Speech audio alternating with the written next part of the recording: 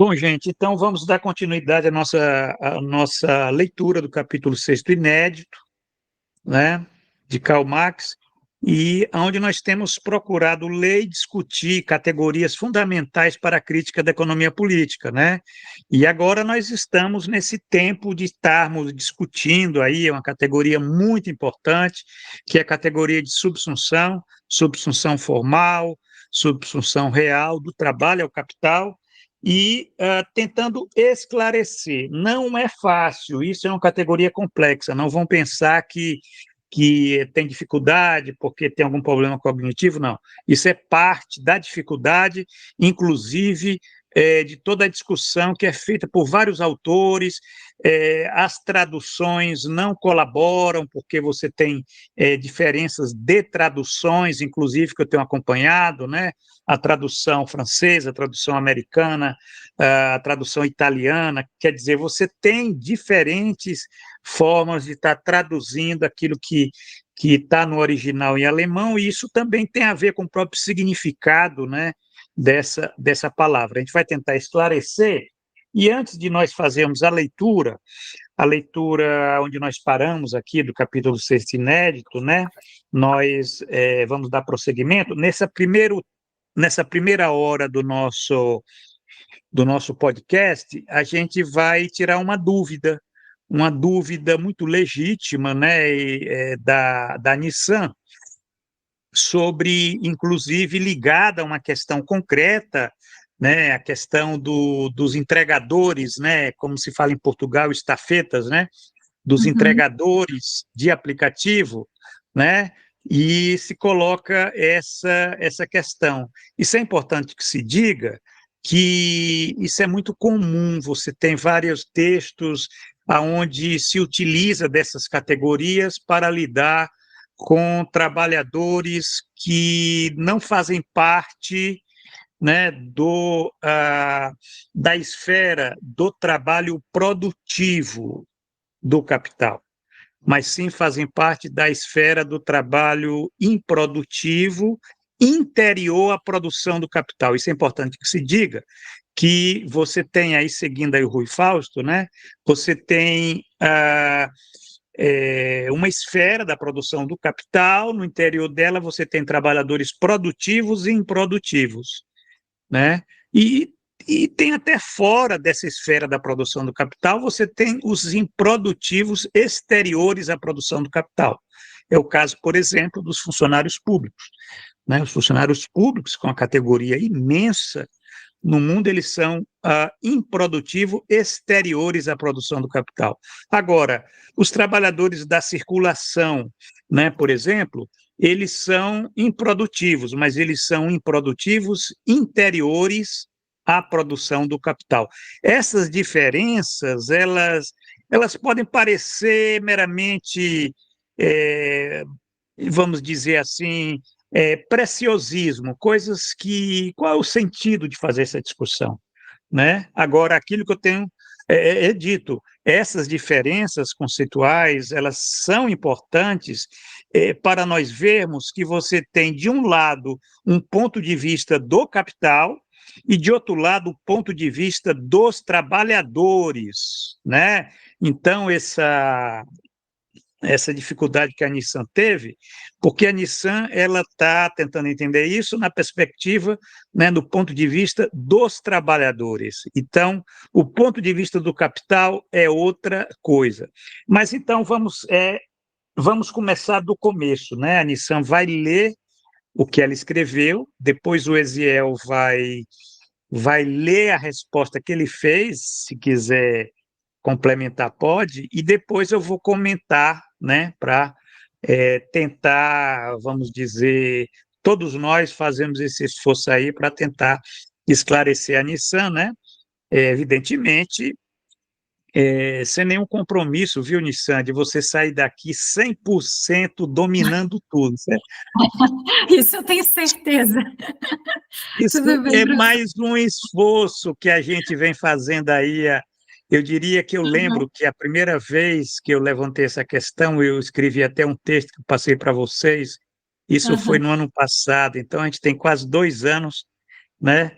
tentando pensar, porque ela era aquele texto que a gente vai publicar. Eu não esqueci, viu, Eziel? Saiu um livrinho nosso aí, discutindo o trabalho uberizado, e aquela discussão que foi feita a partir do trabalho uberizado para pensar a produção do capital.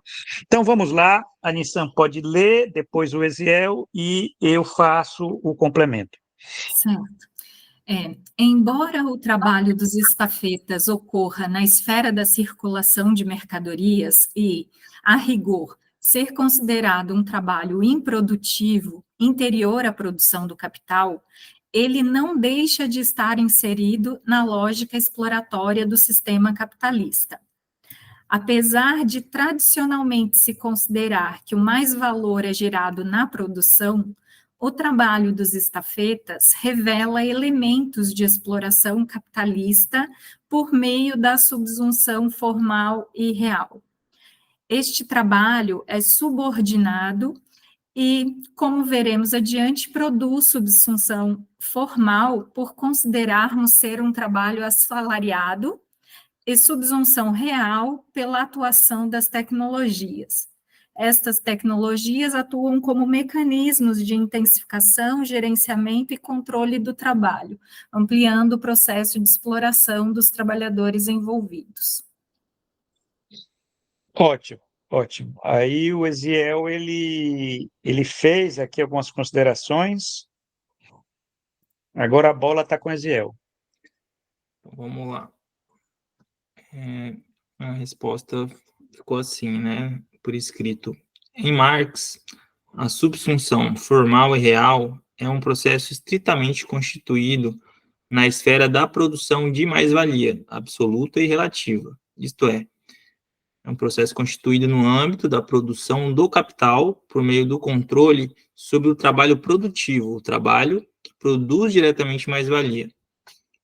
Marx afirma que todo trabalho produtivo é trabalho assalariado, mas nem todo trabalho assalariado é trabalho produtivo.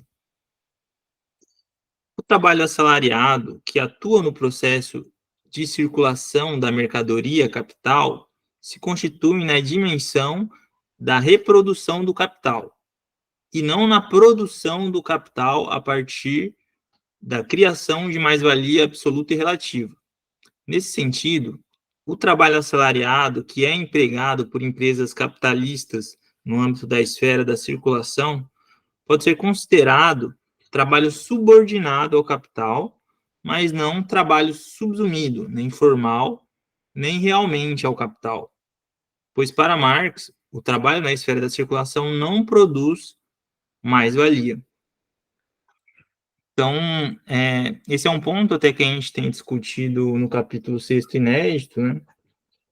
Que esse conceito de subsunção, ele se refere à condição, né, em que o produtor ele se defronta com o seu produto como um poder estranho, né, um poder hostil, poder contrário ao próprio produtor, né, e, sobretudo, essa dimensão de perda de controle, né, o produto controla o próprio produtor, né, o produto é o capital, né, que é produzido pelo próprio trabalhador.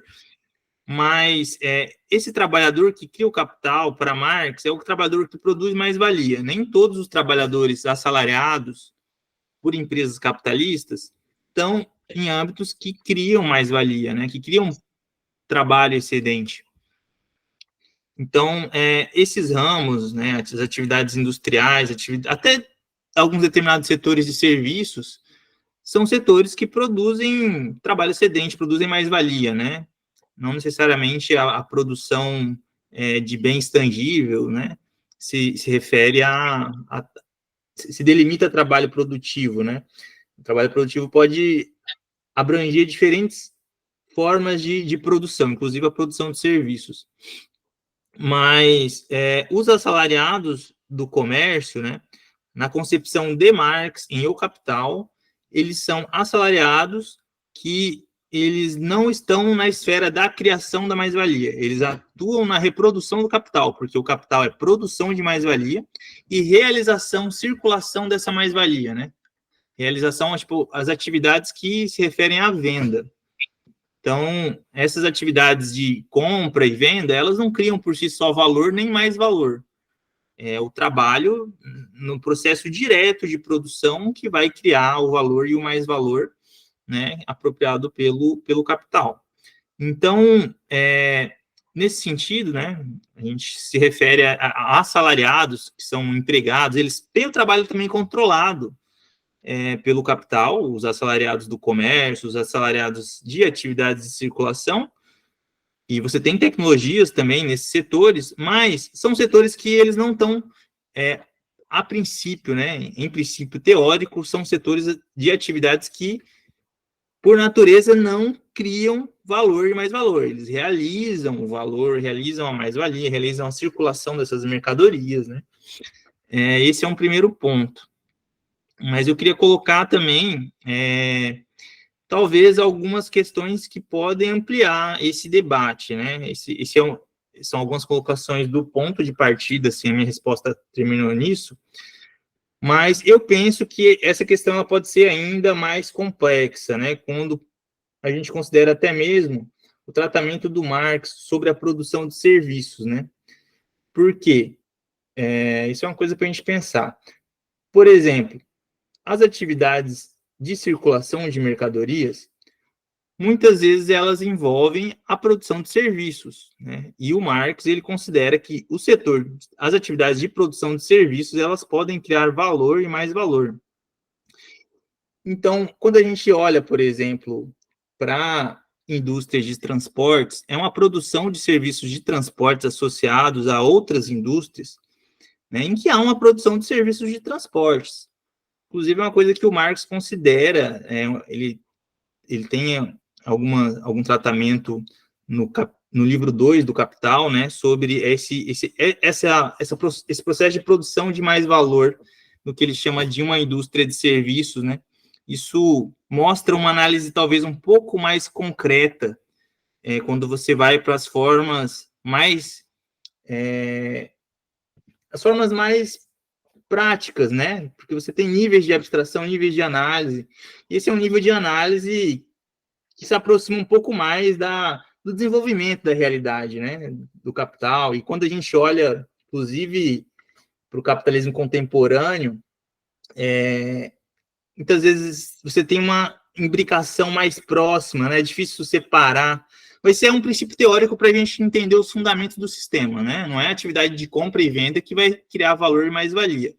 Mas há determinadas atividades, né, que tornam essa questão um pouco mais complexa quando envolve a produção de serviços, no que se refere ao processo de circulação de mercadorias, à produção de serviços de logística, né, ramos industriais, determinados segmentos que envolvem também, né, produção de serviços e que possivelmente pode se associar, né, na minha leitura, a questões que remetem à produção de um valor. Isso é uma coisa que é polêmico, né, na literatura e tudo mais, mas eu acho que você tem um nível de análise que o Marx fez e que ele não chegou digamos assim, ele não chegou ao nível de concretude de todas as formas de desenvolvimento de riqueza da sociedade capitalista. Ele apresentou os fundamentos desse desenvolvimento, mas às vezes a gente precisa superar alguns princípios teóricos do nível de abstração do Marx, porque o próprio Marx ele faz isso no seu movimento de análise, né?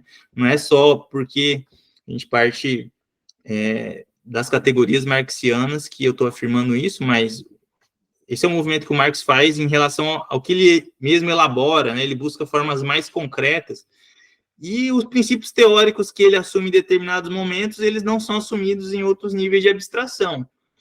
Então, essa é uma consideração que eu queria fazer, né, a partir da resposta que eu coloquei, que essa questão ela pode ser um pouco mais complexa. Mas eu penso que, por princípio, é importante, né, as primeiras colocações que eu fiz, né? Quero tornar aqui a coisa mais complexa, que o princípio já é complexo. Não sei se eu estou ajudando com esses segundos comentários. O foco é a primeira resposta. Eu penso que esse é um tema que se desenvolve, que se alonga e que envolve questões, eu diria, né, mais complexas, aí como o Ezel mostrou, né? e a princípio eu concordo, quer dizer, você já conseguiu adiantar muita coisa, mas eu queria aproveitar essa oportunidade aí da dúvida da Nissan para, eu vou ler, né, e eu diria que isso aí nos ajuda a, a aprender aqui, é um texto que eu tenho esse texto há muito tempo, é um texto de 1989, de um autor chamado César Galvão.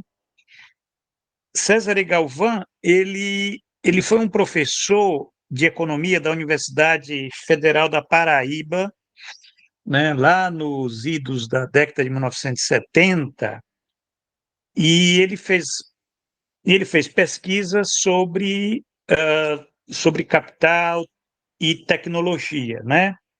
E tem um livrinho dele intitulado Capital, Tecnologia e Questionamentos, aonde tem uma parte que se intitula Subsunção Real e História da Tecnologia. Evidentemente que eu não vou ler esse capítulo, mas tem uma parte que ele discute o conceito de subsunção do trabalho ao capital, né? E só para vocês verem como é rico essa categoria, porque ela implica, entendeu? Vocês viram aquele texto lá do Tomonaga Tairako, que tem uma parte que ele fala da subsunção formal e real, do trabalho ao capital, mas ele também, inclusive, prolonga e até coloca elementos onde você pode pensar isso que o Galvão faz referência, que e é o que interessa a ele, né? A subsunção da ciência ao capital, né? E esse outro autor, que eu já comentei com vocês, que é o filósofo dinamarquês, o Søren Mal, ele prolonga essa categoria e fala numa subsunção da natureza ao capital. Então, só para vocês verem, né, que esse conceito de subsunção, ele é um conceito muito rico, né? E eu próprio, né, de um certo modo, eu passei a pensar numa subsunção da subjetividade ao capital. Quer dizer, o que implicaria, na medida em que você coloca uma categoria dessa, você tem que desenvolver, tem que explicar para dizer, afinal de contas, o que significa. Mas vamos, então, partir do princípio, a questão do conceito de subsunção, né? Aí o Galvão, ele diz o seguinte, né? Ele diz o seguinte, como qualquer relação social, a subsunção do trabalho ao capital é histórica.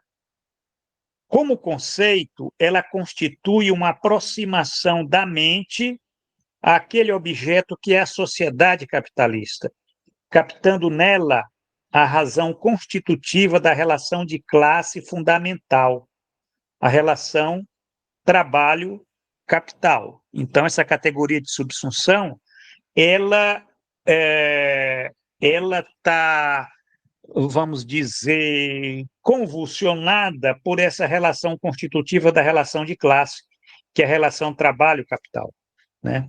O capital constitui-se como relação e processo social, né?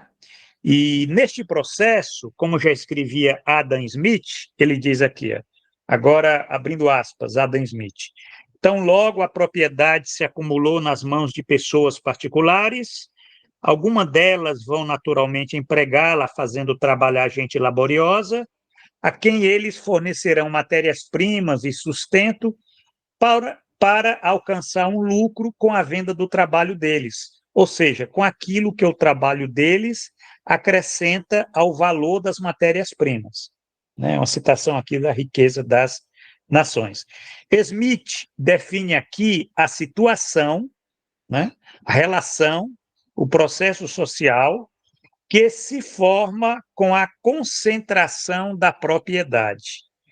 Uma abordagem mais histórica, precisa e completa terá que identificar e analisar o próprio processo de concentração a que Smith se refere. É para tal finalidade que se tornam necessários os conceitos móveis. O conceito de subsunção, para ele, é um conceito móvel.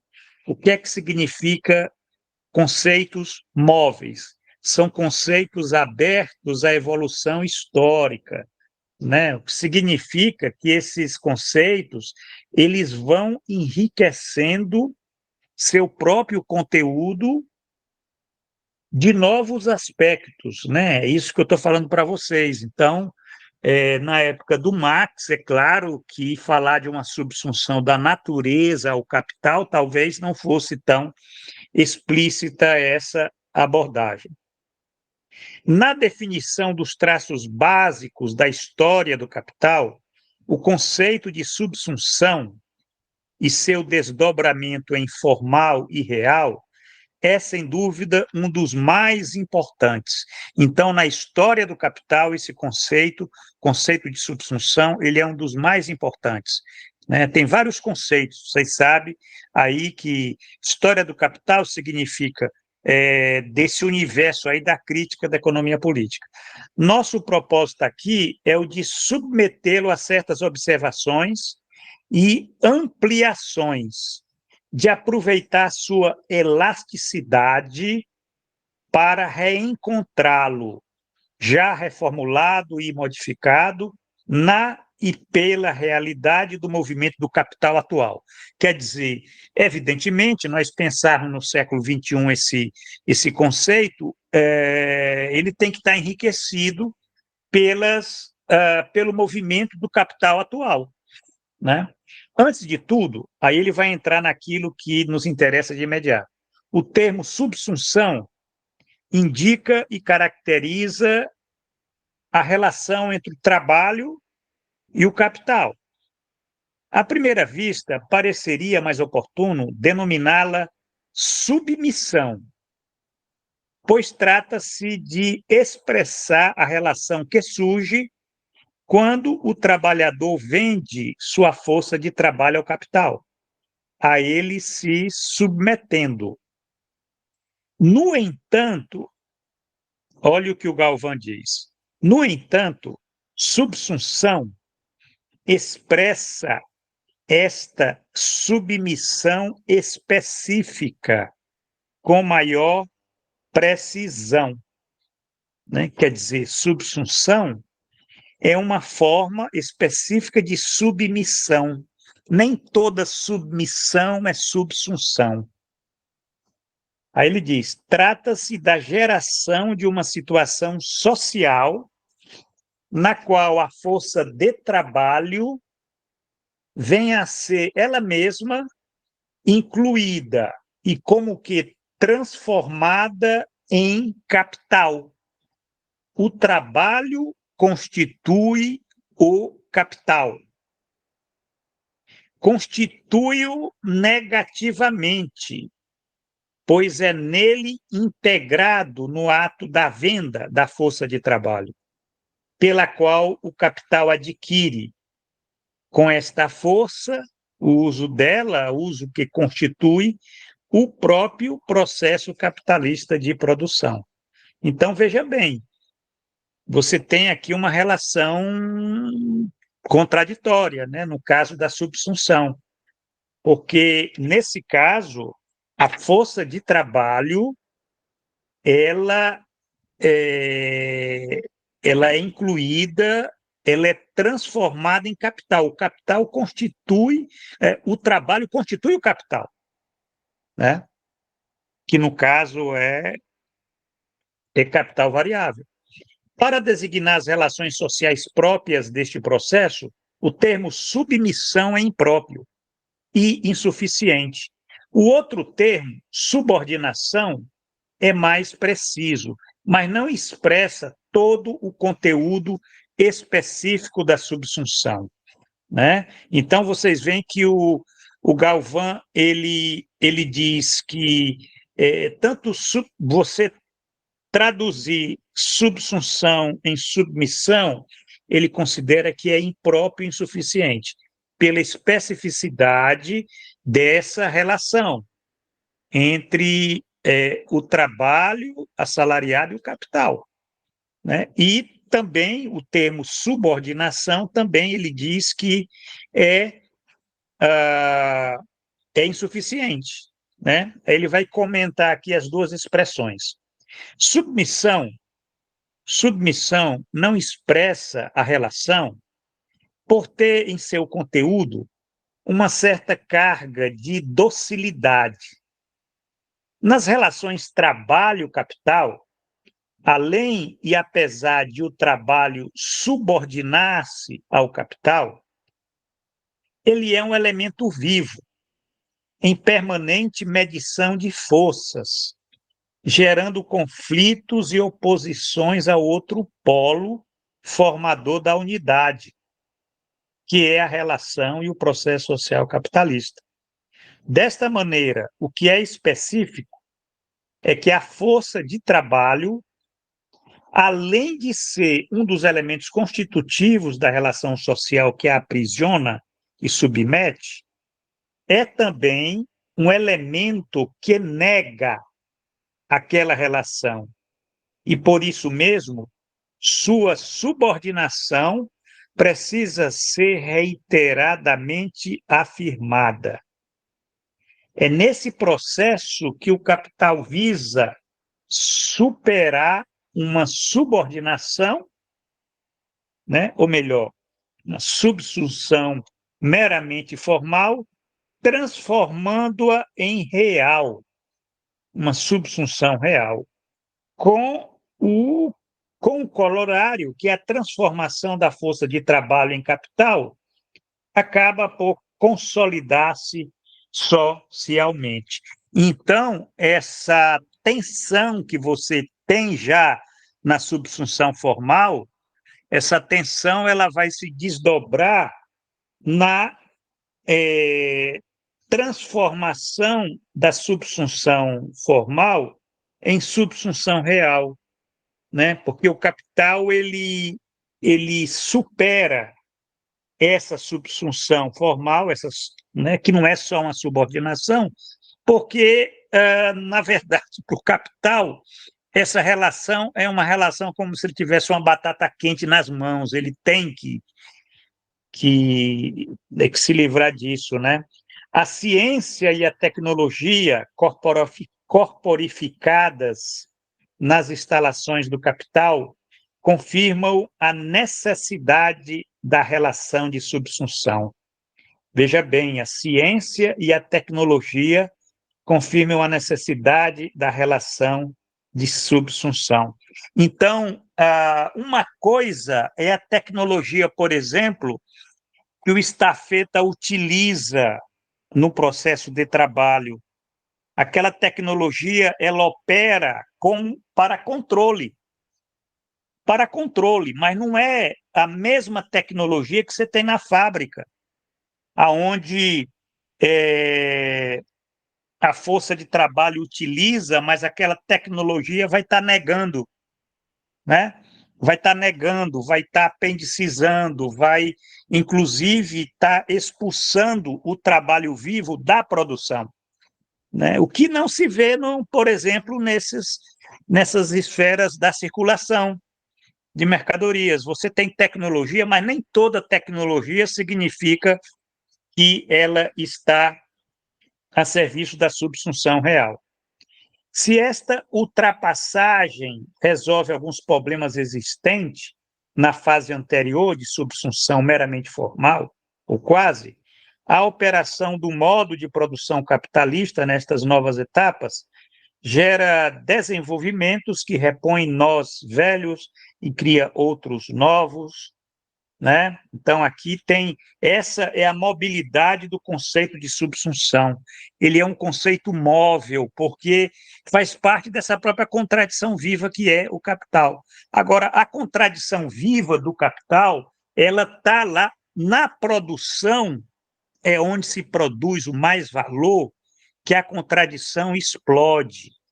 Não é à toa que é uma área que está oculta, é uma área que você tem maior composição orgânica, porque ali o capital ele está negando o trabalho vivo, o que você não encontra nessas esferas improdutivas da circulação, né? Onde você tem lá essa multidão de trabalhadores, né? É claro que utilizam tecnologia, mas aí a relação ela é outra, nem se coloca essa ideia de subsunção.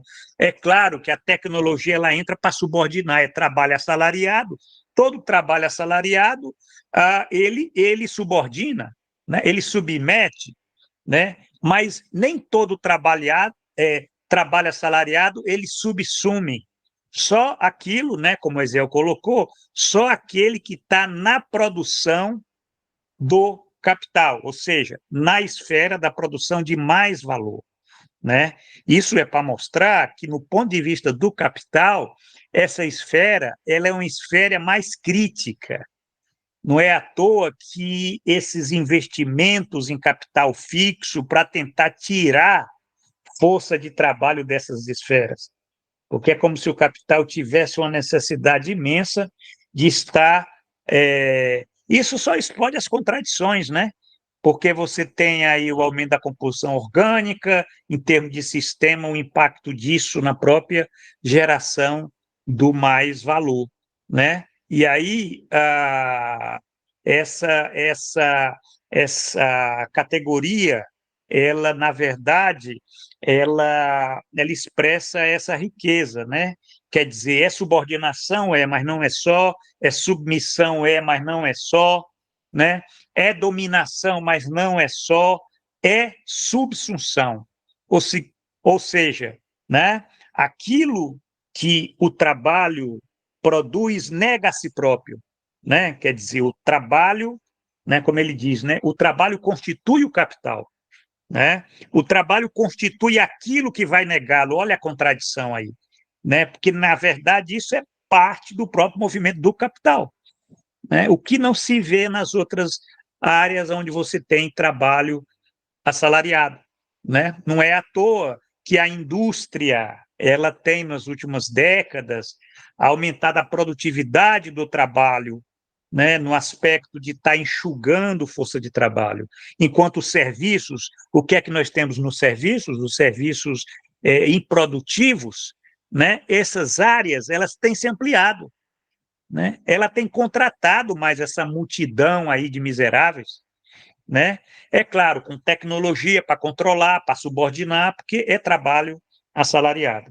Então, essa reflexão que o Galvão colocou, que eu li isso aqui há mais de 30 anos, então eu fiquei assim impressionado na época que eu li, porque eu vi, olha que interessante, não é só subordinação, não é só submissão, né? É algo mais, é a própria contradição viva do capital que está ali presente, né? E que muitos autores, gente boa, na academia, não tem essa percepção, né? Fica utilizando essas categorias para trabalhadores, como, por exemplo, uma autora muito citada, né, que aqui no Brasil, que tem estudos aí sobre, né, tem até uma tese sobre as trabalhadoras vendedoras de produtos de maquiagem, como se chama lá, aquela, que eu não sei se a Nissan lembra o nome dela, né?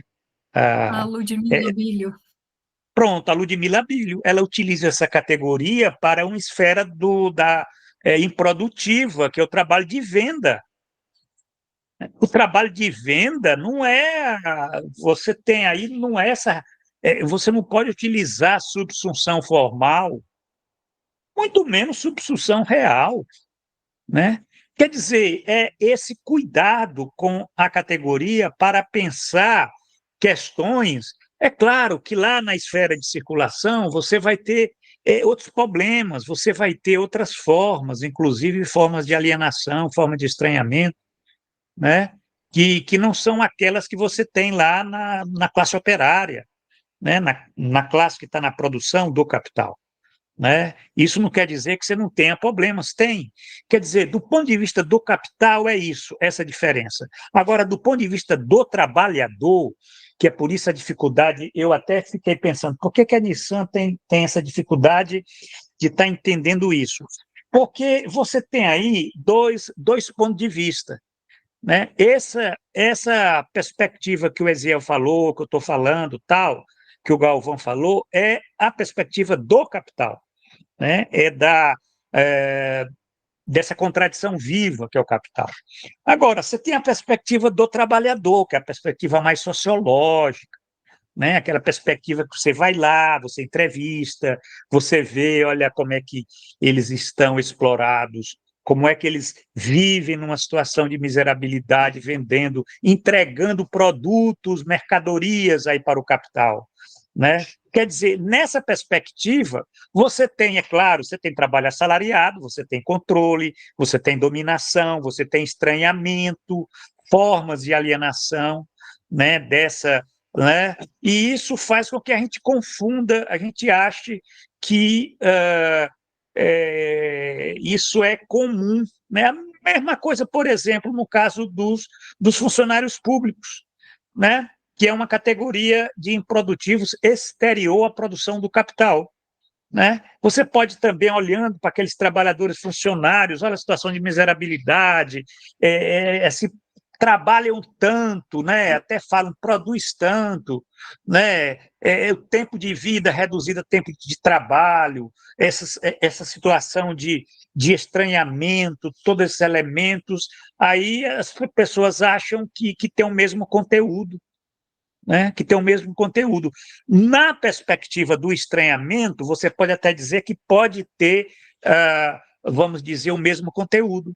Porque o capital, quando ele se dissemina, é uma relação social, né, que na minha leitura é uma forma, você tem formas derivadas, né, do valor, certo? Formas derivadas do valor, até é o conceito que eu utilizo, formas derivadas do valor, que eles impregnam a vida social, né? Eles estão, quer dizer, numa sociedade do valor, essas formas estranhadas, né, de alienação que a gente encontra na fábrica, a gente encontra nas mais diversas esferas da vida, onde você tem trabalho, né, onde você tem trabalho assalariado, isso é muito claro, mas você encontra até nas relações que não são nem propriamente relações de trabalho, né? Você pode ter essas formas fetichistas, né? O fetichismo, né? Eu diria até a coisificação, né? Todas essas categorias que se originam a partir daquele, né, da base da produção do capital, elas passam, né, a criar toda uma condição existencial, né, que eu chamo até condição existencial de proletariedade, que é uma condição existencial que ela permeia toda a totalidade social. Ela não diz respeito só aos trabalhadores produtivos, ela diz respeito a toda existência social que é submetida ao capital, né? Quer dizer, você tem um metabolismo social, né, que é do capital, e esse metabolismo social, essa é a perspectiva do trabalhador, da trabalhadora, né? Quer dizer, é uma perspectiva da alienação, né? Esse pessoal está alienado do controle da vida, está alienado do produto, está alienado de uns, alienado dos outros, porque a reificação ela entra, né? Porque através da forma mercadoria, né? E não esquecer que a forma mercadoria ela sai da produção, ela entra na vida social, né? Isso mostra que, mas isso é a perspectiva, vamos dizer, do trabalhador e da trabalhadora. Se a gente for pensar a dinâmica do sistema, do modo de produção, né, da acumulação do capital, aí a lógica é essa de ter que ter essa diferença. Você tem, né, quer dizer, tem diferença entre a produção, né, e a circulação, né, e o consumo, né, a distribuição, né, inclusive a parte da reprodução da reprodução social, né, que envolve outros trabalhos, inclusive o trabalho doméstico, inclusive a questão do serviço, do serviço público, só para vocês verem que é uma questão metodológica, né? É uma questão metodológica que a gente tem que ter muito cuidado para dizer que são pontos de vistas diferentes. É por isso que a Nissan teve essa dificuldade, porque ela estava olhando pela perspectiva do trabalhador e ela não conseguia entender como é que aquilo era diferente daquilo outro. Qual a diferença? Entendeu? Até porque esse usa tecnologia, o outro usa tecnologia. Mas a tecnologia em si, ela não quer dizer que é subsunção real, né? A tecnologia pode ser usada para controle, mas o controle ele faz parte da dominação, da submissão do trabalho assalariado. Onde você tem trabalho assalariado, você tem controle. Então, você pode utilizar tecnologia para isso, mas na fábrica, a tecnologia não é utilizada só para controle. Na fábrica, a tecnologia é utilizada. O Harry Braverman, né, no Capital e Trabalho e Capital Monopolista, ele até discute isso. A tecnologia ela é utilizada para neutralizar a força de trabalho, para eliminar a força de trabalho, até para eliminar com a automatização, a robotização. Imagina se o capital vai querer robotizar, tem até umas fantasias, né? De você substituir os entregadores por drones, por robôs, mas isso é uma fantasia. É uma fantasia que eles criam, porque tem muitas dificuldades, né? E nada substitui ainda aquele menino ou menina que eles pagam um salário de miséria, né, para fazer esse tipo de entrega, né? Quer dizer, o capital ele olha, ele pensa em termos de custo de produção, né? Fora as dificuldades de você que está fazendo isso, né? Aqueles delírios lá do Elon Musk, do carro que não precisava de motorista, né? Quer dizer, você pode até, em algumas áreas assim, você ter isso, mas qual a necessidade para o capital disso? Se o custo é muito maior em termos para lidar com problemas específicos da circulação, né? Então é isso, gente. Essa é a explicação, vamos dizer, a explicação 5.0, né? Professor, Sim, foi não. tem mais um ponto também, queria acrescentar aí na reflexão. Também é necessário fazer uma certa distinção, né, dos conceitos, por exemplo, de exploração, né? Porque exploração para o Marx também é um conceito que ele é uma precisão, né? Você fala de trabalho explorado quando você se refere a trabalho produtivo, a assalariado que produz mais-valia, né? Os trabalhadores da circulação, esses assalariados, a rigor, eles também não seriam explorados, né? Porque não são trabalho produtivo, são assalariados interior à reprodução do capital, né? Não a produção direta do capital, a reprodução, porque o capital ele tem, digamos, essas formas que são componentes da reprodução global do processo de acumulação, né? Você tem o capital produtivo, que é onde você tem o trabalho produtivo, e você tem esses trabalhos que são realizados, né, na esfera da circulação, né? Isso integra a reprodução do capital. O capital é produção e circulação, né? Isso é reprodução do capital, esse é o processo. Mas o que significa? A esfera da circulação, ela é um custo para o capital. É um custo que o capital ele impõe a mesma racionalidade, né, que ele coloca no processo de produção de mais-valia, que é desvalorizar a força de trabalho, né? Então, os trabalhadores das áreas da circulação, eles têm também o valor da sua força de trabalho, eles têm o seu salário, né? E esses trabalhadores, eles são precarizados na tendência do desenvolvimento da produção capitalista, né? Então, assim, o movimento da exploração, ele acaba afetando, digamos assim, concomitantemente os assalariados da circulação, né? Porque é uma precarização geral do trabalho assalariado, né? Você precariza o trabalhador assalariado da esfera da fábrica, que está na fábrica, né? Você aumenta o desemprego, você substitui trabalho vivo por tecnologia, né? E, de outro lado, você gera toda uma condição de maior desemprego no mercado de trabalho geral, né? Que afeta, consequentemente, os assalariados do comércio. E isso é benéfico para o capital. Ele quer reduzir o salário também dos assalariados da circulação, porque a circulação é um custo, né? O capital ele quer aumentar a velocidade de rotação da circulação da mercadoria e ele quer reduzir os custos com essa circulação. E um componente importante desses custos, das atividades de circulação, de venda, é o valor da força de trabalho.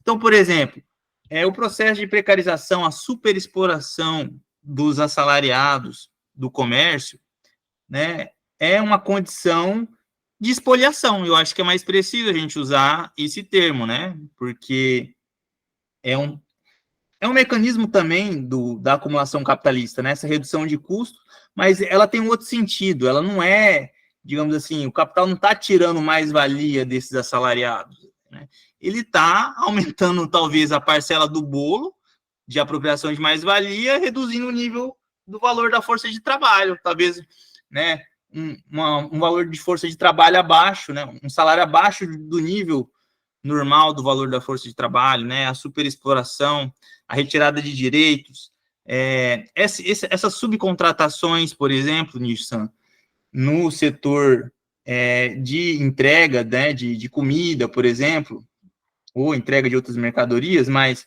formas subcontratadas, né, desprotegidas, né, isso contribui para precarizar a forma de pagamento do salário, para gerar instabilidade, né, para reduzir o pagamento do salário, né.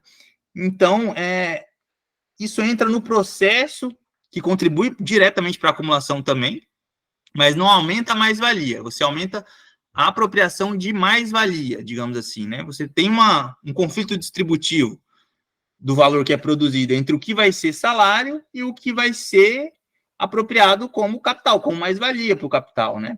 Então, você regredindo, inclusive, esse conflito distributivo, ele acaba pegando também os assalariados do setor público, que essa é a lógica, né, do saqueamento do fundo público, da financiarização desses títulos de dívida pública, né?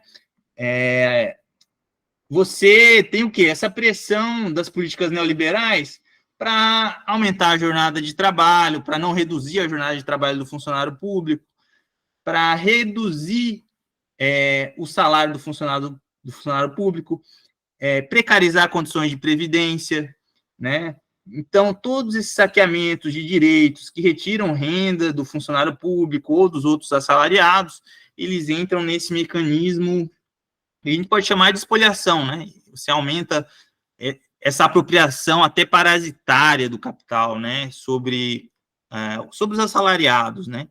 Mas é preciso fazer essa distinção e considerar, né? Pelo menos quando a gente fala dos conceitos que o Marx utiliza, eles têm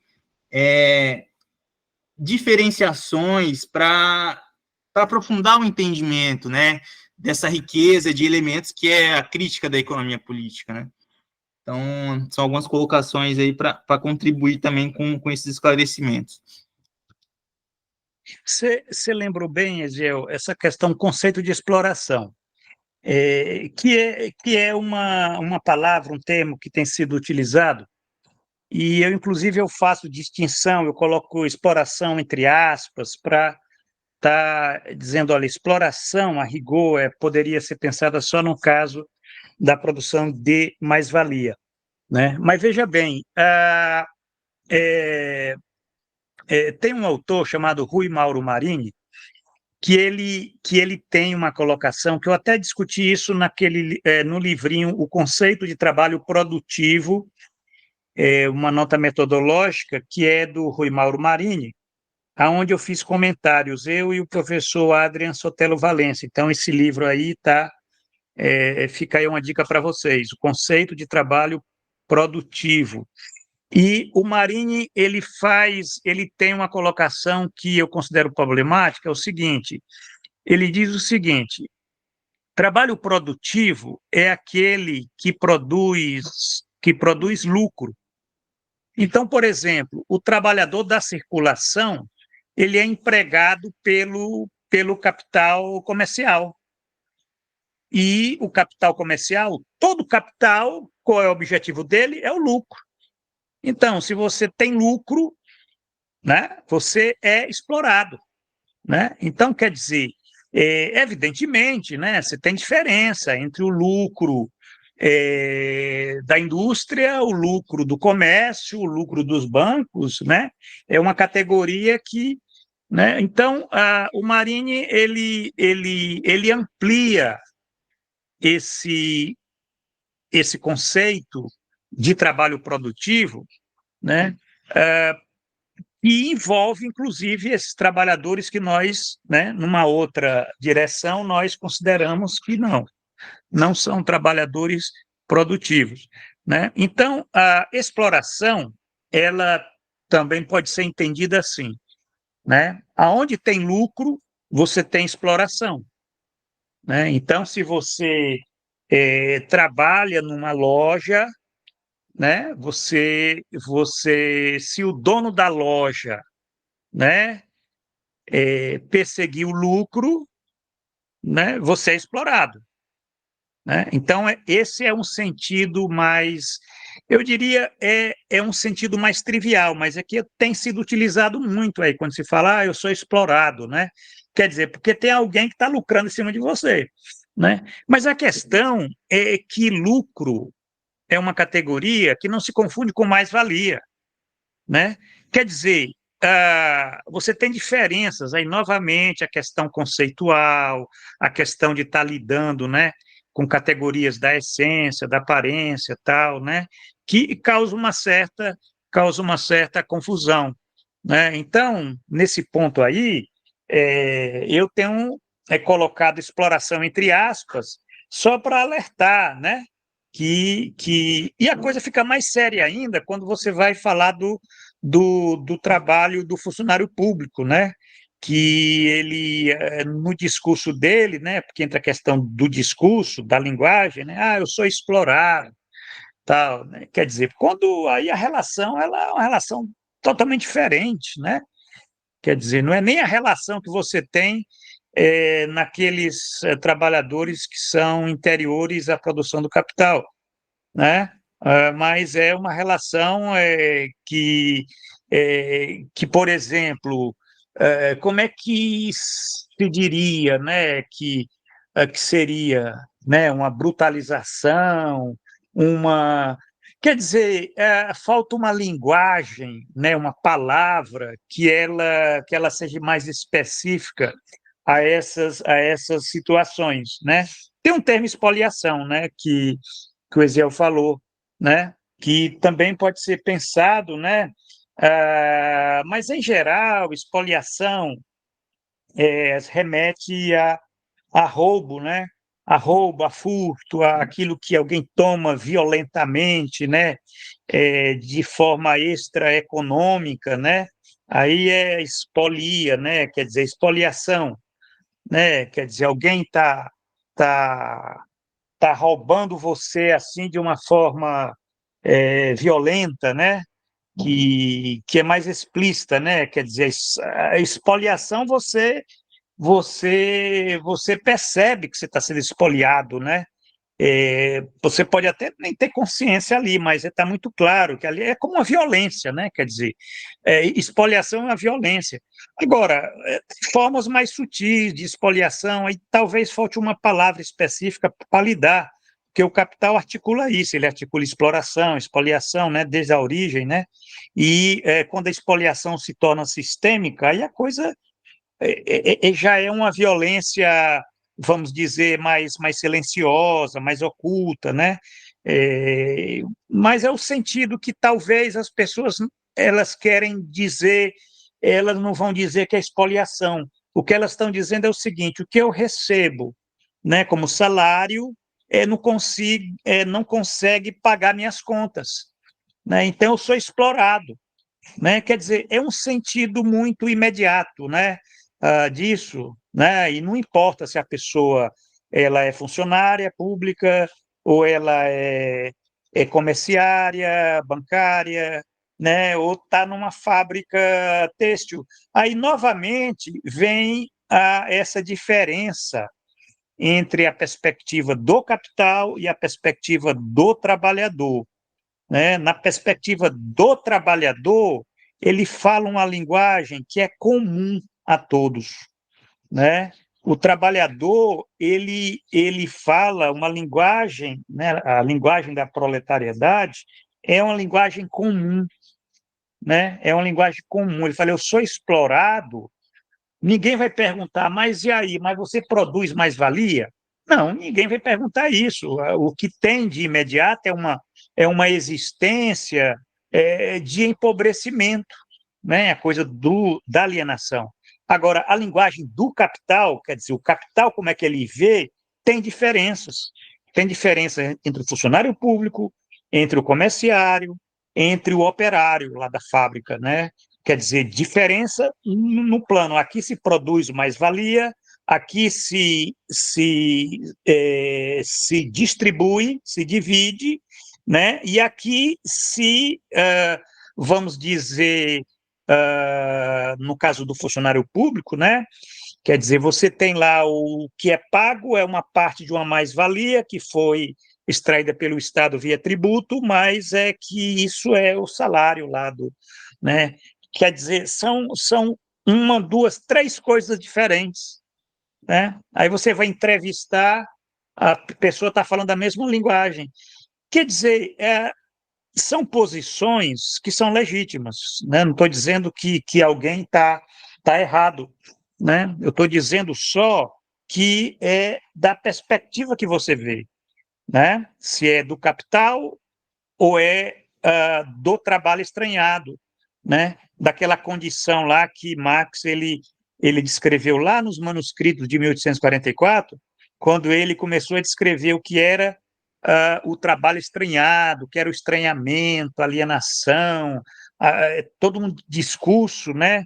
Que alguém, mas era um discurso humanista, tal. Não era um discurso humanista no sentido feuerbachiano, era um discurso na perspectiva daquele que, na existência, estava sendo empobrecido pelo capital, né? Quer dizer, ele estava do outro lado né, da relação, né? Depois, quando ele entra na crítica da economia política, ele avança, ele muda, ele não está na perspectiva do sujeito, ele passa para a perspectiva do objeto.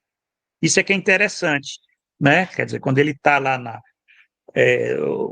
os Grundrisses, o Capital, os manuscritos econômicos, aquilo tudo lá que o Francisco Teixeira expõe, tá? É a perspectiva do objeto, que é o capital, né? Mas eu ressaltei que você tem o outro lado da questão, que é subjacente, inclusive, a esse, que é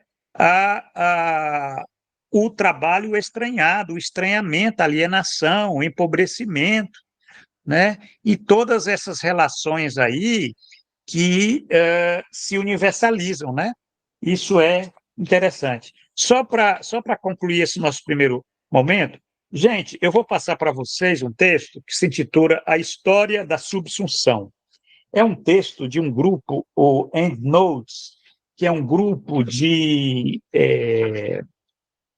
intelectuais, enfim, de pessoas que, né, que escrevem, que debatem, faz um debate dentro do campo da teoria comunista, né, sobre essas questões as mais diversas. EndNotes tem até um site, eu vou passar o site também, né, onde se discute tem uma série de postagens, e uma das postagens se intitula A História da Subsunção, né? E aí vocês vão, né, se tiverem interesse, vocês podem ler isso daí, e aí vocês vão verificar que a nossa discussão aqui, como a nossa discussão aqui está sofisticada, como o pessoal é confuso, o pessoal não tem essa leitura, né? Inclusive gente de primeira, hein? Antônio Negri, Jacamati, quer dizer, você tem, não tem essa discussão para lidar com essa realidade da subsunção, né? As diferenças entre subsunção, que não é dominação, certo? Eles tomam o termo subsunção como sendo dominação, entendeu? E sem perceber a especificidade dessa categoria, inclusive da perspectiva do objeto, do capital, né? Embora na perspectiva, vamos dizer assim, na perspectiva do trabalhador, né? Você possa estar... como é que você vive a subsunção, né? Quer dizer, na perspectiva do trabalhador, você vive, não é a subsunção, ou a subordinação, ou a dominação. Você, tudo bem, você pode até dizer que eu sou dominado, sou subordinado, sou controlado, mas a categoria que, na perspectiva do trabalhador, ela aparece e que ela organiza, que é muito mais, né, que a perspectiva do sujeito e não do objeto, é o estranhamento, né? É o empobrecimento. É isso que, de um certo modo, dentro disso, contém essa realidade da subsunção, né? E não apenas dela, a realidade da subsunção, da subordinação, da dominação, do controle, né? E as outras categorias que a gente encontra no Capital, né? Na história do capital, mas na história do trabalho, né? Do trabalho vivo, certo?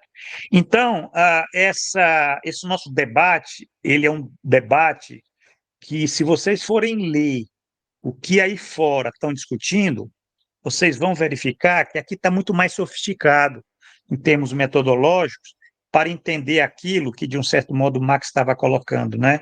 E que, se a gente for pensar nas outras formas de subsunção, a coisa vai ficar mais interessante ainda, porque como é que é uma subsunção da ciência ao capital?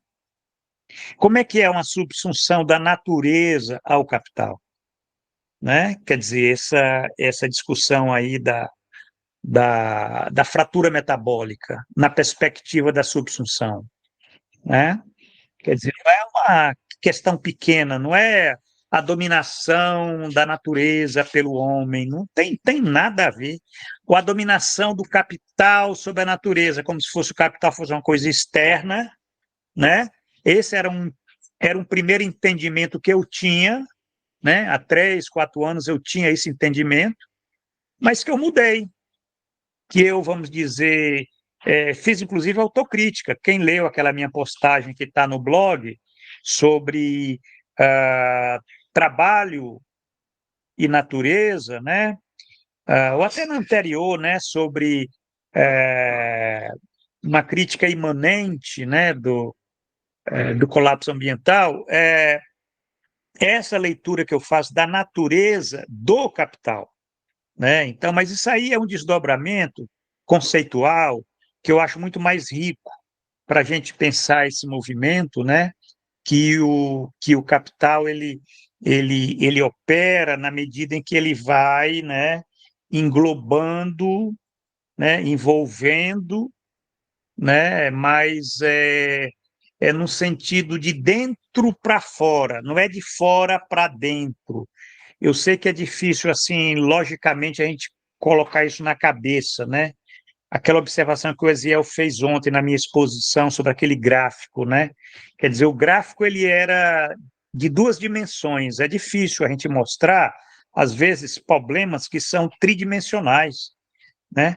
Na verdade, você não tem um movimento de fora para dentro, é de dentro para fora, né? Então, quer dizer, esse englobamento, essa dominação, é o sentido mesmo da subsunção, né? Quer dizer, a subsunção é isso, é o trabalho que é negado por aquilo que ele constitui. Aí muda a relação, vocês verificam que muda, e muda totalmente, né? Quando você diz, olha, você é negado por aquilo que você constituiu.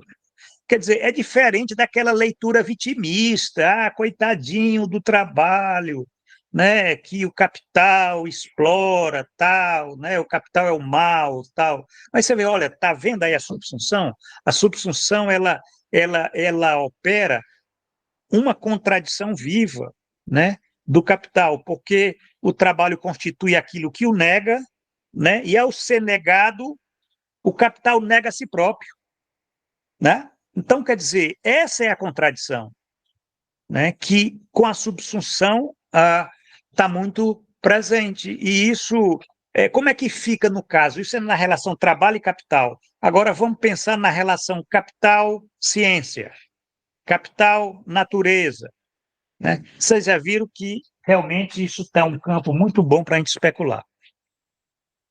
Ok? Nissan, quer comentar alguma coisa? Não, professor, eu tô.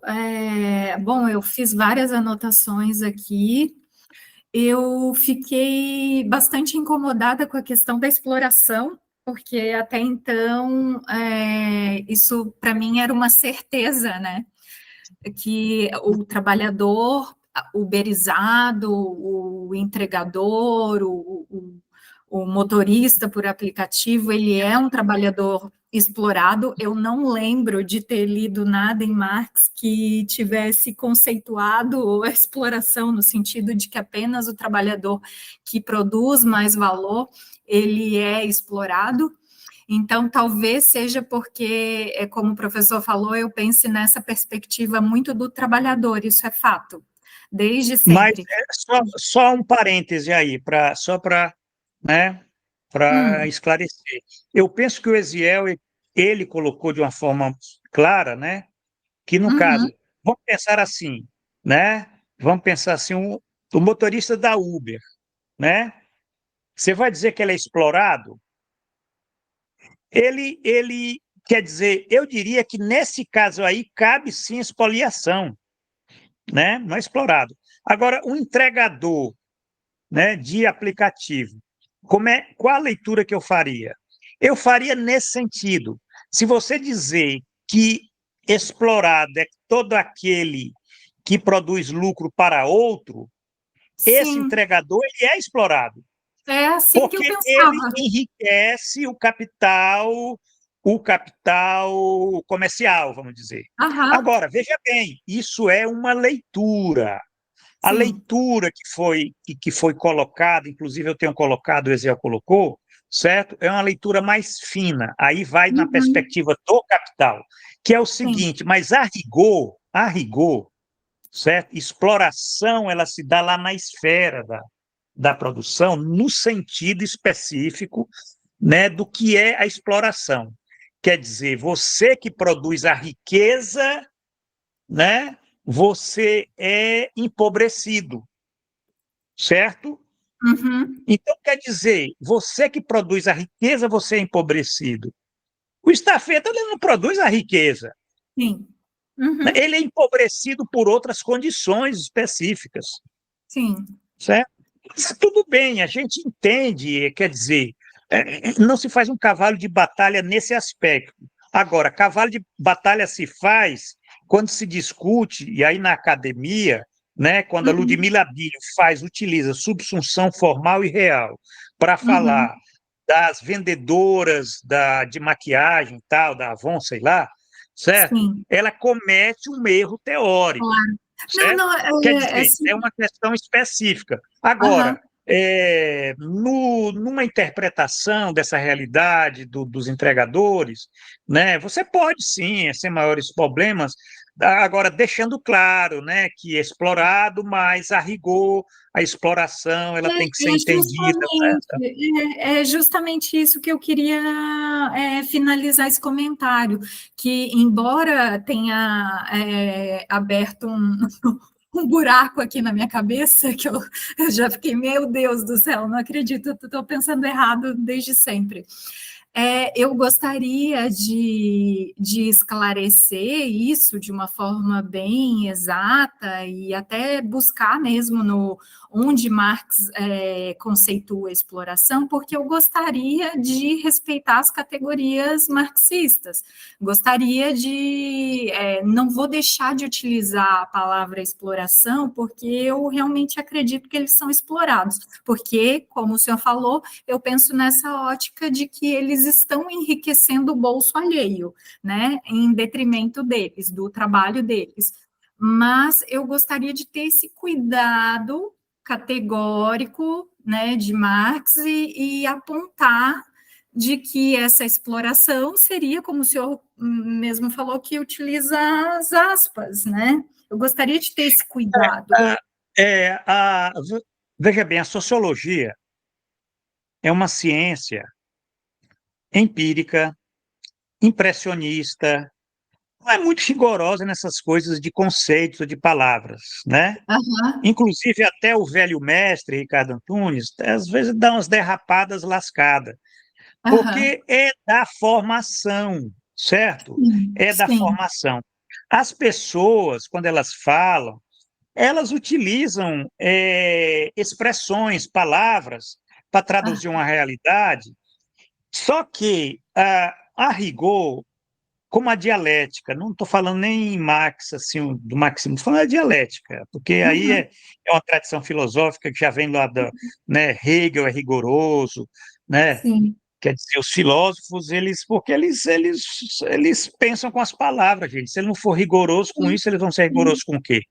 Claro. Quer dizer, às vezes o filósofo ele não sabe lavar uma cueca, mas para pensar ele tem que ter rigor, ele tem que saber utilizar as palavras, senão ele não vai pensar coisa nenhuma.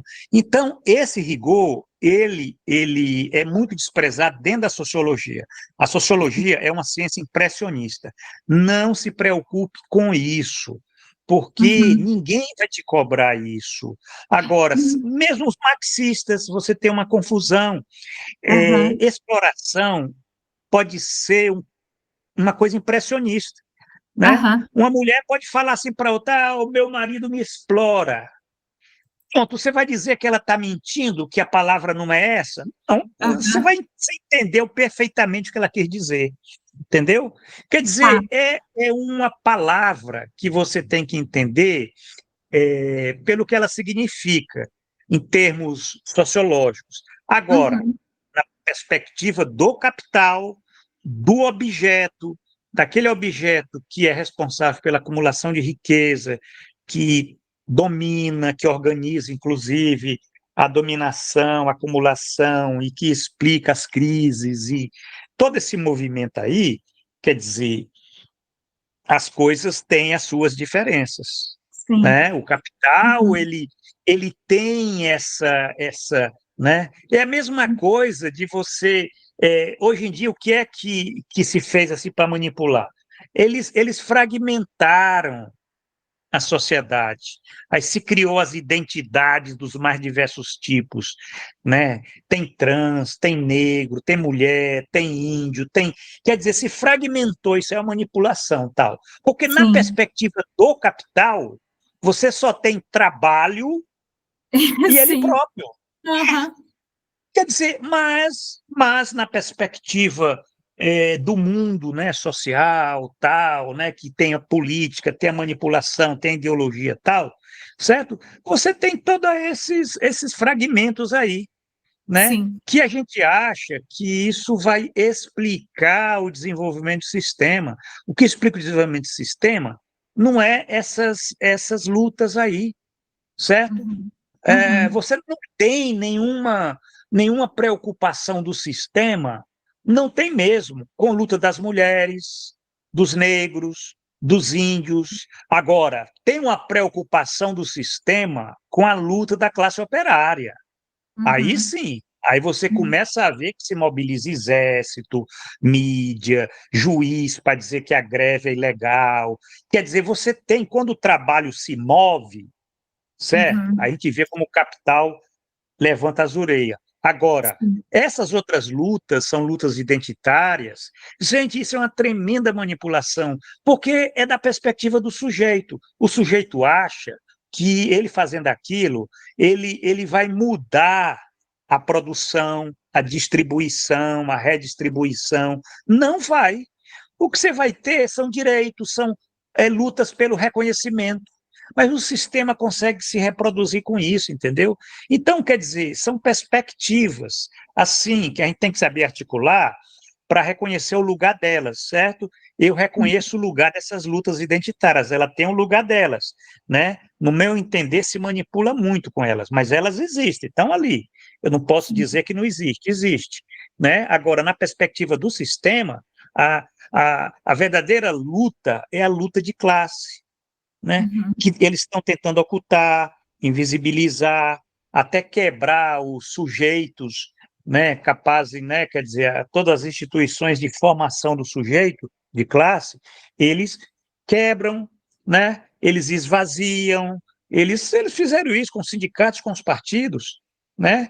Quer Uhum. dizer, quando é que vai se retomar isso? A questão é que a luta do trabalho é uma luta que veio para ficar, não adianta dizer que acabou, né? Sim, Talvez o sim. que dificulta é você dar visibilidade, dar uma presença, uma afetividade a isso, mas ela está ali, ela está pulsando.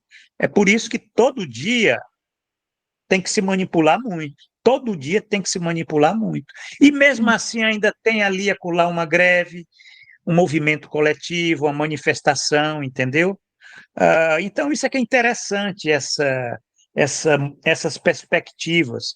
Eu quero que você fique Uhum. tranquila, porque você está na perspectiva da sociologia. E a Sim. sociologia, ela é muito fácil. Basta você encarar essa dimensão impressionista, né? Essa dimensão impressionista, de você falar na exploração dos estafetas, isso aí não vai ter problema nenhum. Você não Uhum. falta, não é falta, né? Até porque mesmo um marxista pode reconhecer que é válido essa forma, se entender Uhum. nessa perspectiva, afinal de contas, ele dá lucro para alguém que empobrece ele, entendeu? Sim, Então, ele é sim. explorado. Agora, na perspectiva do capital, se você for verificar, aí você já muda as cores né, Claro. do sistema, que são outra linguagem, né? Quer dizer, Uhum. a linguagem do capital. Então, eu tenho tentado, a partir dos nossos encontros, dos cursos, né, que o senhor está ministrando, mais o nosso grupo de estudo, é pegar todos os textos que a gente tem lido e estudado eles.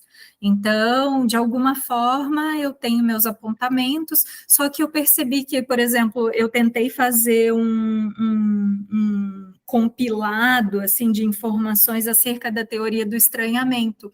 E eu vi que aquilo estava demandando uma atenção enorme para mim, eu estava lendo muito, e eu tenho as outras demandas agora para Com fazer, né? certeza, com Tem um certeza. artigo, tem coisas para escrever. Aí eu pensei assim, não, então, pera, vou deixar para um segundo momento, quando eu tiver terminado meu É, artigo, eu vou ainda escrever ex- sobre a teoria do estranhamento. exatamente. Mas sabe por quê? Mas, Você não precisa estar elaborando isso. não, Você, não, por exemplo, teoria é do uma estranhamento e questão. empobrecimento. Se eu É uma questão de descrever, aprendizado, professor. Eu faço sim, mas, assim por um. sim, mas se você descrever a realidade desses trabalhadores, Sim, sim. essa realidade de empobrecimento, você está dando uma Uhum. grande contribuição para a crítica do capital. Não é Sim, a teoria que vai. A teoria, ela vai te ajudar, mas esse trabalho que a gente sim. faz aqui, a gente Mas enriquece, né? Agora, no caso da elaboração sociológica, que é a tua uhum, área, uhum, você tem que ter esse rigor em expressar essas contradições, essa sim. realidade, aquilo que o Engels fez um livro que o Marx admirou esse livro a vida toda, a situação da classe trabalhadora na É verdade, Inglaterra. é verdade. Entendeu? Ali é que está. Uhum. Ali não tinha crítica da economia política. Ali Mas é uma tinha inspiração mesmo. um estudo sociológico, Sim, antropológico, sim, etnográfico lírico, e tal, né? antropológico. Aham. da realidade da classe trabalhadora, operária em Isso. inglês. É claro que eram operários, era aqueles que produziam a riqueza, tal, tá lá, né? Agora, Uhum. a teoria, a teoria, ela é um luxo, certo? É, Nesse mundo das academias de hoje, a vida é curta, né? A vida é muito curta, porque a gente tem sim. 1000 atividades, né? Quer dizer, você, o Eziel, a Isabela, eu compreendo perfeitamente, isso aí é normal. Agora, isso não quer dizer, pelo fato de ser luxo, que a gente não vá dar um espaço para ela. Dá, mas é uma coisa mais Sim. lenta. Esse espaço que a gente tem aqui é uma forma da gente estar cultivando a teoria, É. certo? Agora, Mas eu lá tenho fora, tentado incorporar, professor, mas eu acho assim que é incorpora. o sentido. É o sentido E aí que vai se dá. aprendendo, né? Eu penso que você deva ter aprendido alguma coisa dessa minha fala e do Nossa, Eziel. nossa, meu Deus, totalmente. Foi muito esclarecedor para mim, foi bem elucidativo, eu consegui compreender de uma Com maneira certeza, muito mais Nissan. clara. Pode falar, pode Não, falar, Nissan. Não fique mas, constrangido.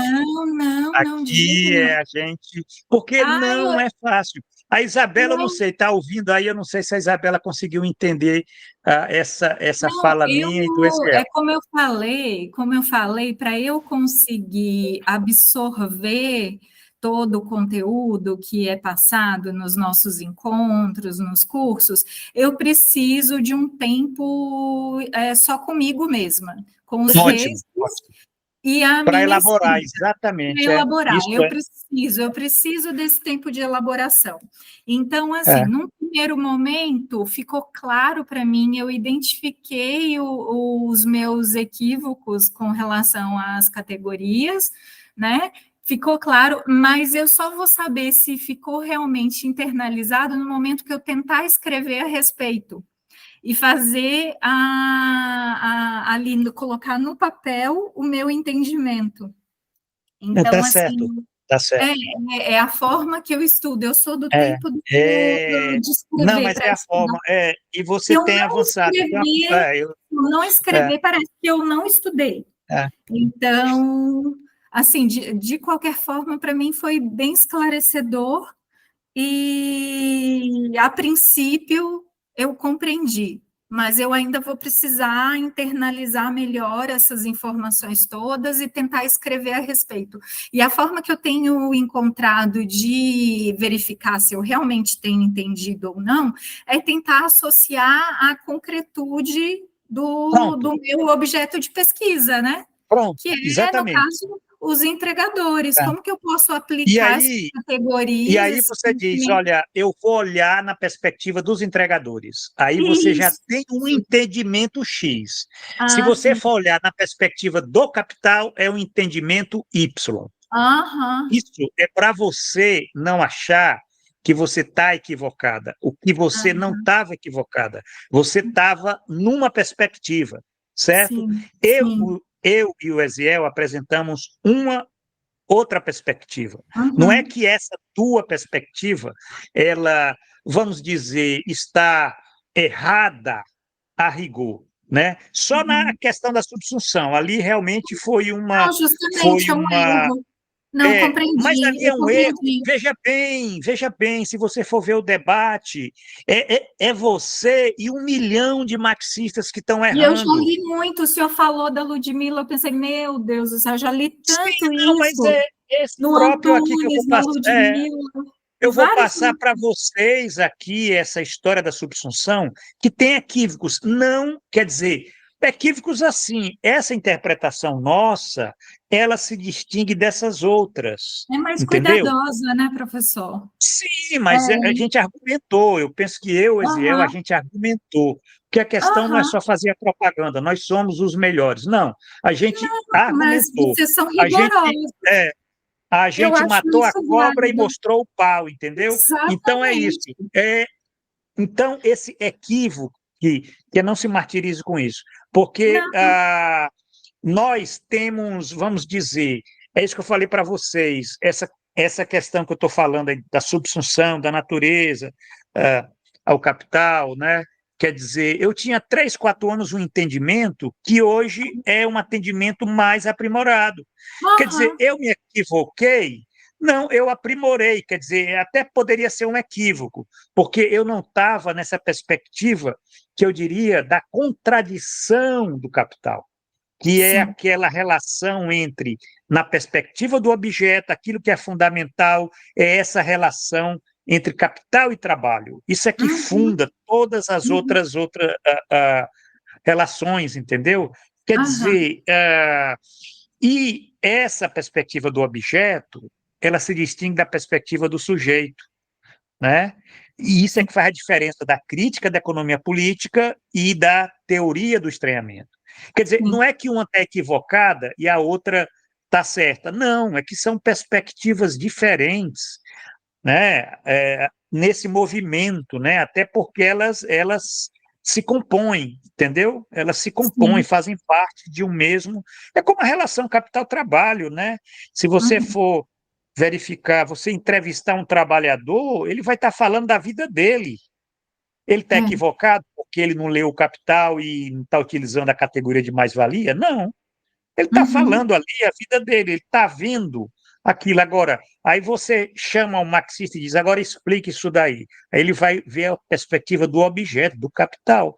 Aí vai até enriquecer, vai até enriquecer. O trabalhador vai ouvir assim, pois, nossa, que coisa interessante, é exatamente o que está acontecendo. Então, quer dizer, a sociologia é muito assim, hoje como ela despreza muita teoria, ela ficou só nessa dimensão mais descritiva, impressionista, entendeu? Né? Uhum. E não é muito profunda nesse aspecto, mas tem o seu valor, certo? Tem o Sim. seu valor. Esses estudos aí, feitos pela Ludmilla, tal, tem o seu valor, são descrições, entendeu? Tá? Essas coisas né? Agora, a discussão teórica, realmente, ela é um certo luxo, porque só quem faz são pessoas que têm a perspectiva dialética, né? Uhum. Porque a dialética ela exige esse cuidado com as palavras, os Sim. conceitos, Sim. entendeu? Ela É, tem esse compromisso. Pois não, Ezel?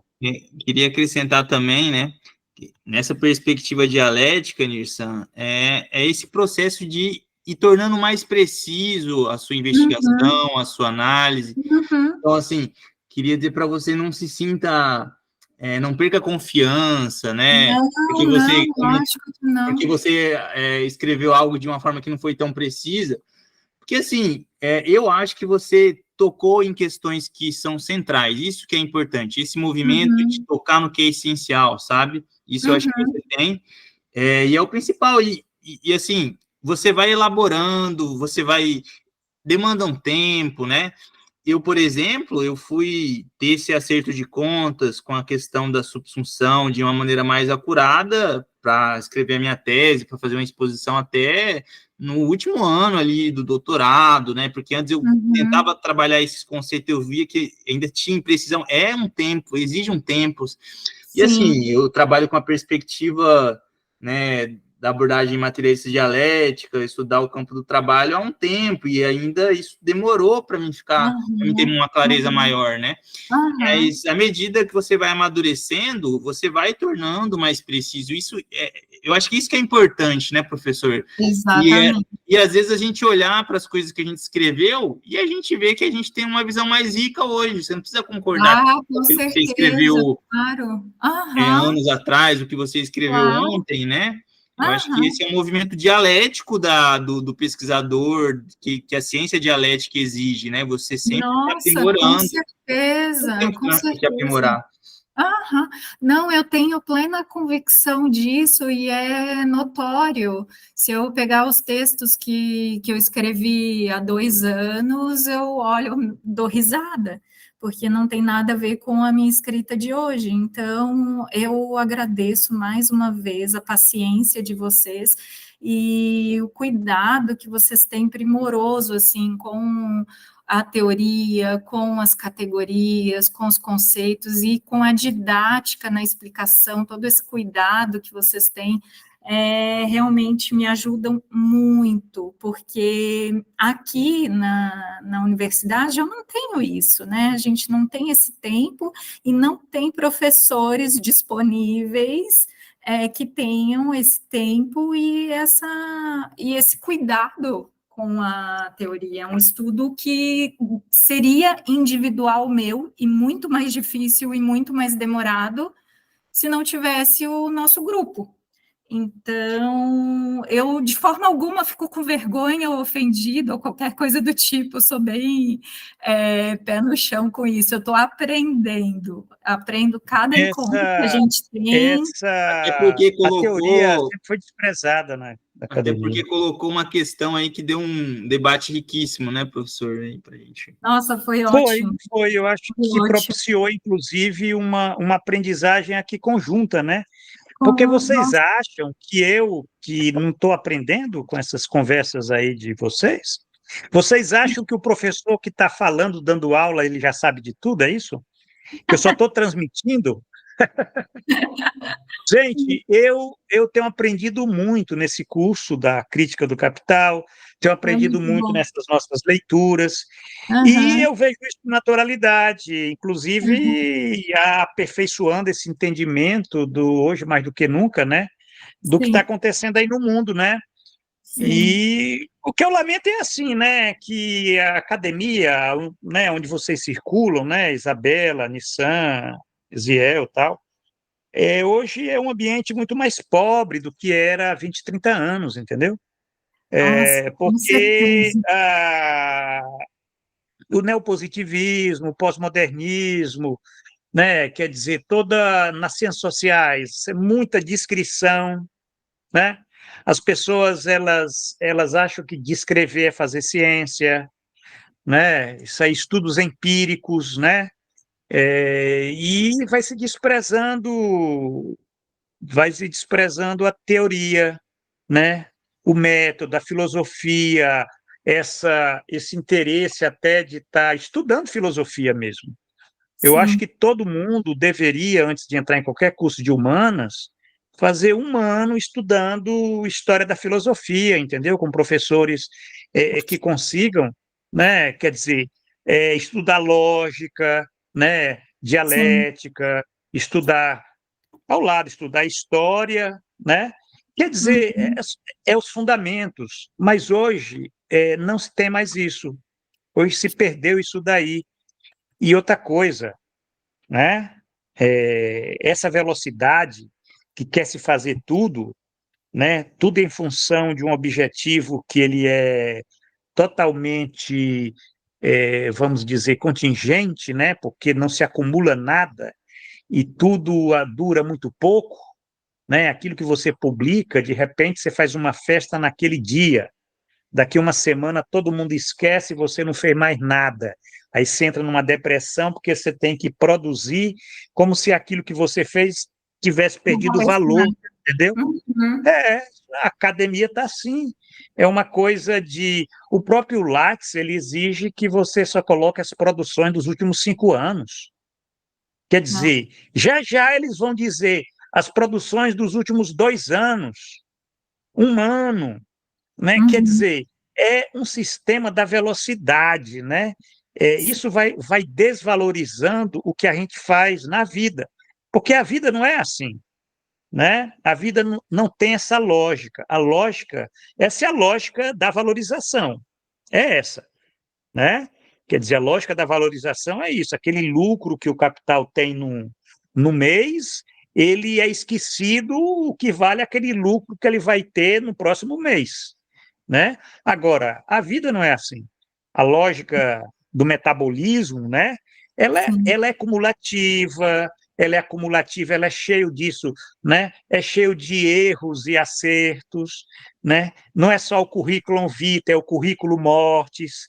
Quer dizer, as coisas, os nossos sucessos, os nossos fracassos, né? A gente deveria ter no Lattes uma seção lá para você colocar os fracassos, entendeu? Quer dizer, aquilo que eu não consegui fazer, aquilo que eu não consegui, entendeu?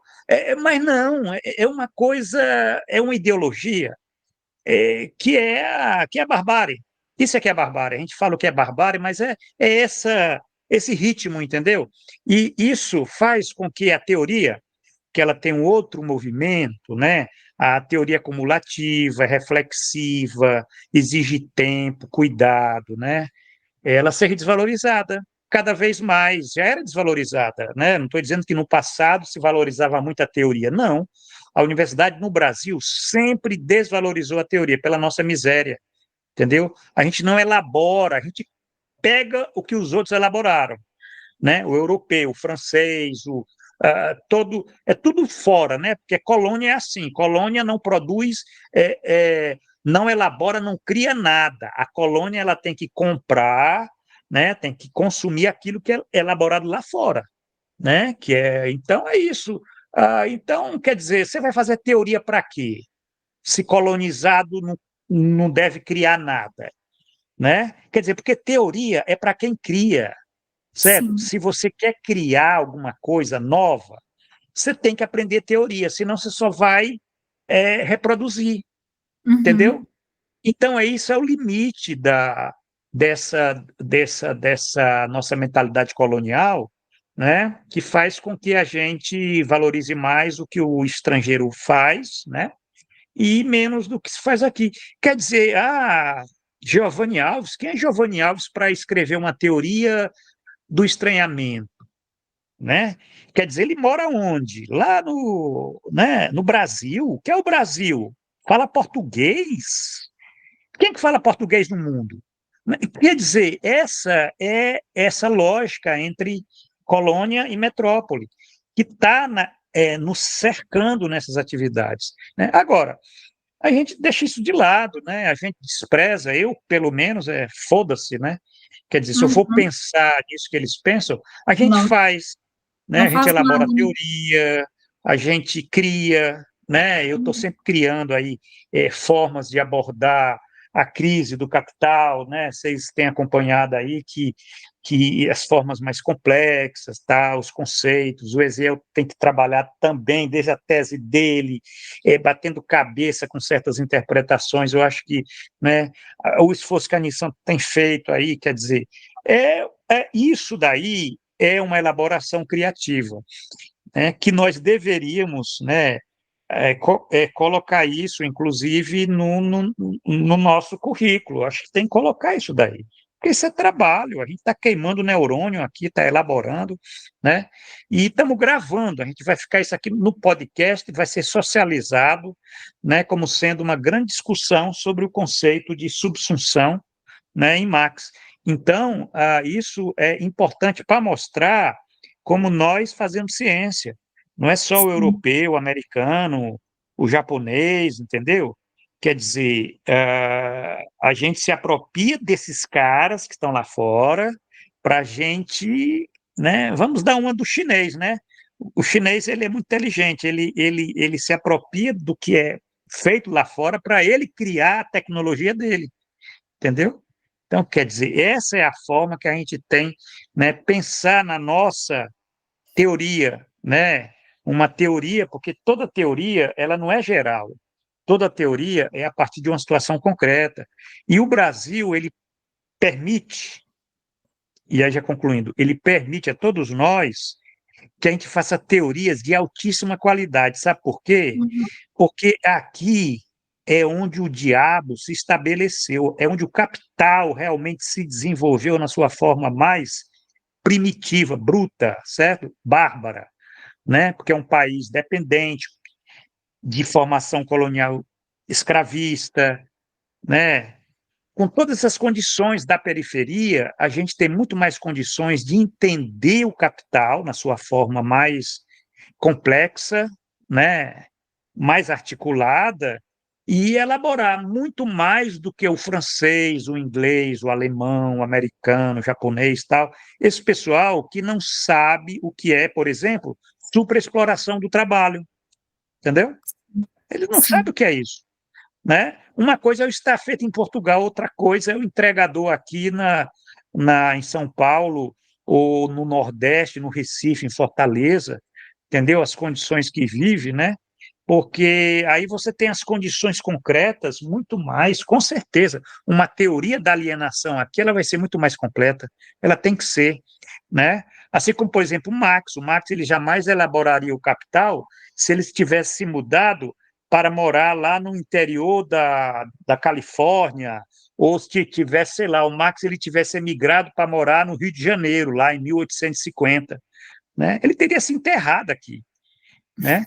Quer dizer, ele estava no lugar mais desenvolvido daquelas condições da produção capitalista para elaborar uma teoria do capital. Então, o lugar que ele estava não é uma coisa a ser desprezado, né?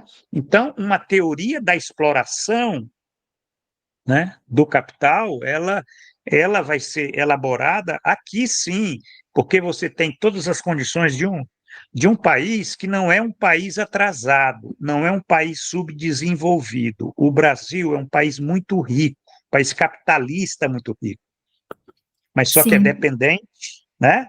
É dependente e é subalterno, e aqui se explora muito, no sentido, todos os sentidos que vocês imaginaram, né? Tanto no sentido da impressionista, no sentido daquele lucro que o outro, né? Como no sentido mesmo até da produção, né, industrial, embora não tenha tanta indústria, mas as indústrias que tem aqui são muito desenvolvidas em termos tecnológicos, até para poderem ser competitivas, né? Então, isso faz com que esse esforço teórico que a gente faz é um esforço muito importante, né? Bom, gente, já passou do nosso tempo, 20 horas aqui, 8 horas aqui no Brasil, aí no Canadá, em Portugal, acredito que deva ser mais tarde ainda. Então, a leitura do capítulo 6 inédito ficou para a próxima Sim. semana, né? Tá Próxima ótimo. semana a gente retoma isso daí, tá Tá bom? ótimo. Tá bom, muito obrigada de É isso novo aí, por você. obrigado, Nissan,